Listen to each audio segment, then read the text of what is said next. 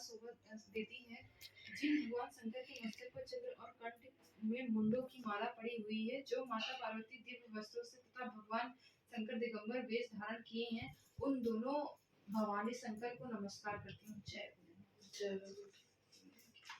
कैलाश पर्वत के सुंदर शिखर पर माता पार्वती जी ने श्री महादेव जी की से पूछा, हे महेश्वर, मुझसे आप वह गुप्त से गुप्त व्रत कहिए जो सबके लिए सब धर्मों में भी सरल और महान फल देने वाला हो। हे नाथ, यदि आप भली भांति प्रसन्न हैं तो आप उसे मेरे सम्मुख प्रकट कीजिए। हे जगन्नाथ, आप आदि मध्य और अनंत अंत रहित हैं। आपकी माया का कोई पार नहीं है। आपको मैंने किस भांति प्राप्त किया है? कौन से व्रत तप या दान के पुण्य फल से आप मुझको वर रूप में मिले? श्री महादेव जी बोले, हे देवी, यह सुने। मैं तेरे सम्मुख उस व्रत को कहता हूँ जो परम गुप्त है। जैसे तारा गणों में चंद्रमा, ग्रहों में सूर्य, वर्णों में ब्राह्मण, देवताओं में गंगा, पुराणों में महाभारत, वेदों में और इंद्रियों में मन श्रेष्ठ है, वैसे ही पुराणों और वेदों सब में इसका वर्णन आया है, जिसके प्रभाव से तुमको मेरा आधा आसन प्राप्त हुआ है। हे प्रिय, उसी का मैं तुमसे वर्णन करता हूँ। सुनो। भद्रपद मास के शुक्ल पक्ष में की हस्त नक्षत्र संयुक्त तृतीया के दिन इस व्रत का अनुष्ठान मात्र करने से सब पापों का नाश हो जाता है। तुमने पहले हिमालय पर्वत पर इसी महान व्रत को किया था, जो मैं तुमसे सुनाता हूँ।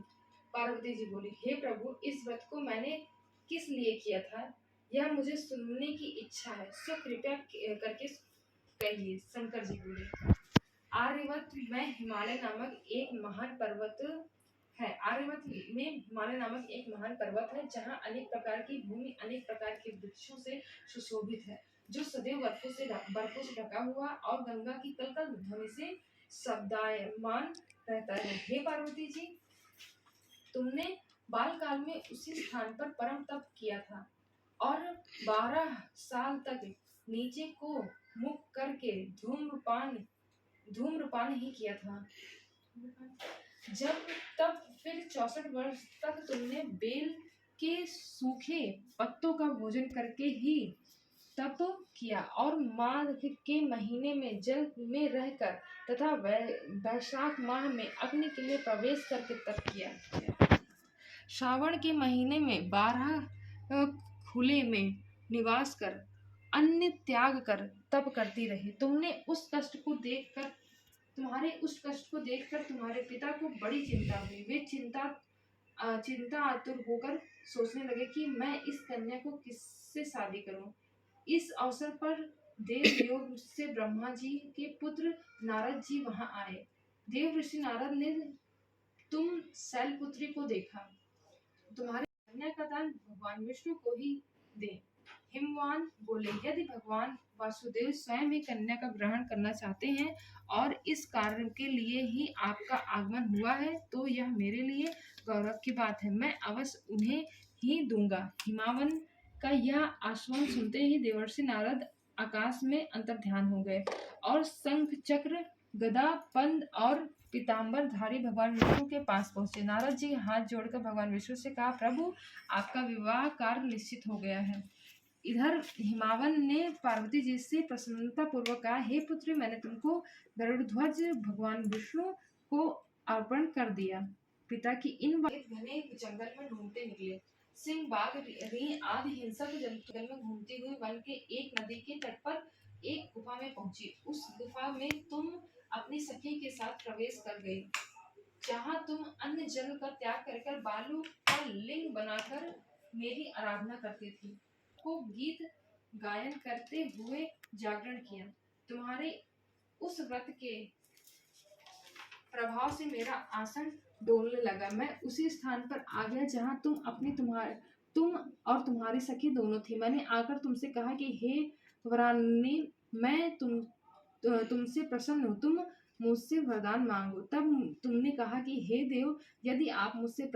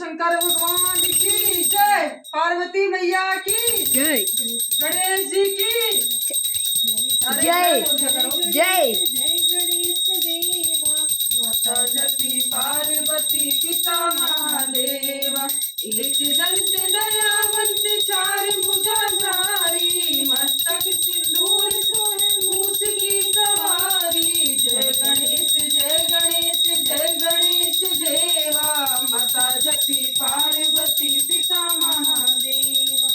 धन धन को आंख देत कोढ़िन को काया, बादल को पुत्र देत निर्धन को माया। जय गणेश जय गणेश जय गणेश देवा, माता जगती पार्वती पिता महादेवा। चढ़े फूल चढ़े और चढ़े मेवा, लड्डुअन का भोग लगे संत करे सेवा। जय गणेश जय गणेश जय गणेश देवा, माता जगती पार्वती पिता महादेवा। दीनन की लाज रखो सिंधु की सतुहारी, कामना पूरी करो जय बलिहारी। जय गणेश जय गणेश जय गणेश देवा, माता जगती पार्वती पिता महादेवा। बोलो अम्बे मैया की जय गौरी मैया की जय गणेश जय